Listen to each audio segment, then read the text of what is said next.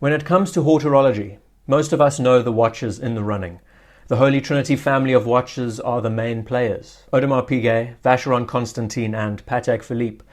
Some of the higher-browed members of the community might even call them the bread and butter watches of horology. But there are many more, like Jaeger-LeCoultre and Breguet, and we move through the tiers and eventually arrive at the likes of F. P. Journe and the hundreds of other finer crafted watches with many surnames attached to them. Adolph Lange Sohne, on the other hand, is a little different. It is a company that has a tremendous history, notably for our time, one that ties into the manufacture of Flieger watches for German pilots, together with the likes of Laco, Wempe and Stover. After the Allied occupation, the Lange factory seemed to fade from existence. But moving away from the history, in 1994 they had a moment, and that moment was the unveiling of this watch, the Lange 1. Just this watch alone resurrected the name to such an extent that Lange now is considered one of the best contemporary watchmakers in the world, and the Lange 1, by many, even those higher-browed members of the watch community, consider it to be the perfect dress watch, possibly one of the most incredible dress watches to have ever been made. Now the question is how best to address this.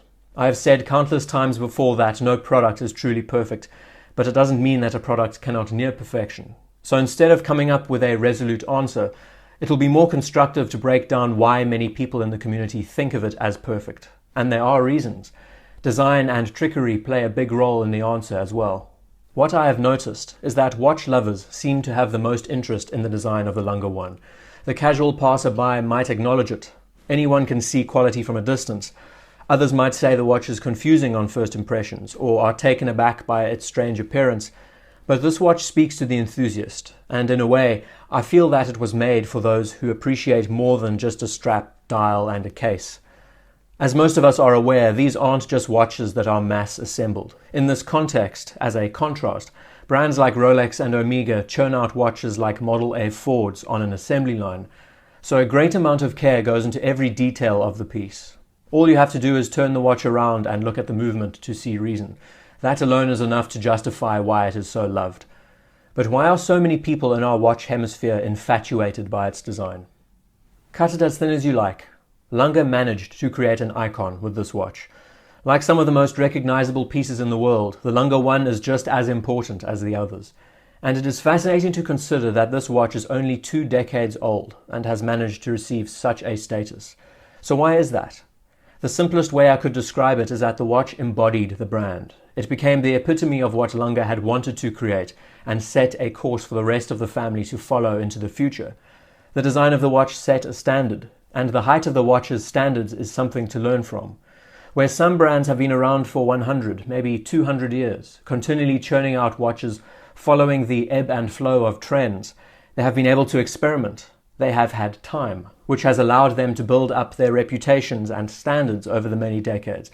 It is much harder to receive a glowing reputation in such a short period of time.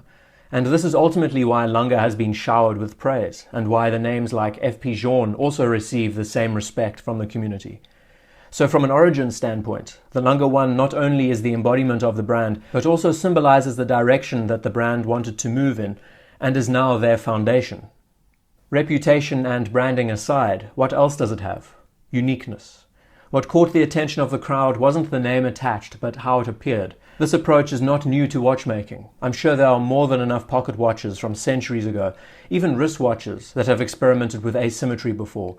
But again, the approach and the execution, the method of how it was done, captivated the audience. Take a traditional Saxonian approach, observing classically inspired watchmaking, but introduce a brand new method, very much like the neo-Gothic approach to architecture during the Victorian times. Take something before your time and modernize it. This in turn has built an entirely new aesthetic for Lange to use as their blueprint, and it is remarkable. The result is timeless. It has managed to use a traditional approach, but turned it into a set of principles that will never age.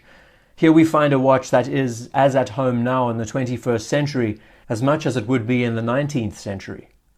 Let's now move to the main talking point of the watch, asymmetry, a word that doesn't appear often in watchmaking. Like the word obsolescence, asymmetry doesn't exactly line up with the approach of watchmaking.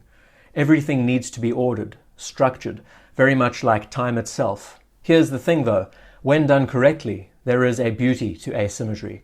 A lot of the world that we interact with has a foundation in asymmetry. You might not have noticed, but even the thumbnail for this video was asymmetrical, deliberately done. And now we get to talk about one of the most powerful principles in the field of design, art, photography, mathematics, architecture, engineering, the rule of thirds and the golden ratio. It might sound like a lot of hocus pocus, but subconsciously we can find the principle almost everywhere we look. Our eyes and our brains understand and are drawn to asymmetry, and the reality is that it is very visually appealing. It moves the focal point away from the center. It allows the eyes to move around the area. As you are seeing in these images, they may seem fairly normal because you have been exposed to them for a long time, but look closer. Odds are you will find it consists of 3 distinct places. 2/3 of the space consists of one part, and the last third consists of something else. The architecture of the White House is a good example of this. The figure of the Mona Lisa is another. The rule of thirds basically dictates that. It is all about moving the focal point away from the center. So if we return our attention to the Lange one, yes, at first it is strange. There doesn't seem to be order. But that's your brain trying to rationalize too much information. I will now try and make it as easy as possible to understand, and will use an illustration to break everything up. I guarantee this will blow your mind. If I now draw vertical and horizontal lines through the center of the hands, you notice a crucifix form. In fact, the hands are perfectly centered apart from each other, and notice that the lines pass straight through them. So just here we see there is order. Now focus on the date in the corner. Drawing more construction lines through the hands and around the date, you might notice something. As I color in the section of the dial, remember the rule of thirds. 2/3 of the dial is unoccupied, and the last third, the top section, is where the date is placed. Refer to the sub-seconds dial. See the amount of space it occupies in relation to the dial, 1/3. The main dial with the hours and the minutes, see how much space it occupies, roughly half the space on the dial. Rewatch this section again if the details went by too quickly. Essentially, if you really want to break it down, it has managed to combine order and chaos together into something that is both balanced and unbalanced. It is a very bold move, and it is hard to achieve, which is why so few have attempted to try this in the watch industry. Let's just say that this process takes a lot of measuring, a lot of dividing, and I'm sure countless prototypes, but the result is truly amazing, and speaks for itself once you understand the basics. Without a doubt, it is a marvel of watchmaking. Throughout the discussion, I have focused on the brand's foundation, the design approach chosen, and how the rule of thirds works. But I've barely looked at the watch. This has been all about the thought that has gone into the machine and not about it as a product. The size and proportions of the piece is perfect. Not too small that the dial can't be read, but also not too large for it to be ostentatious. The lug width is great, but you know all of this already.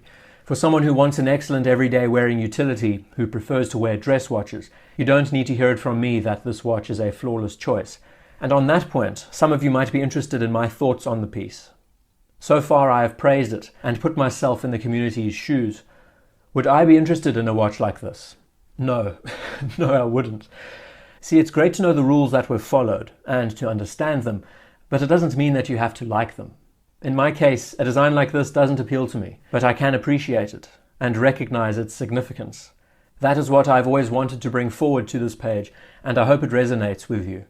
My appreciation of watches lies in the simplicity of things, and this watch is a little too heavy for my tastes. Of the Lange line, I would be more drawn to the basic Saxonia thin over this piece.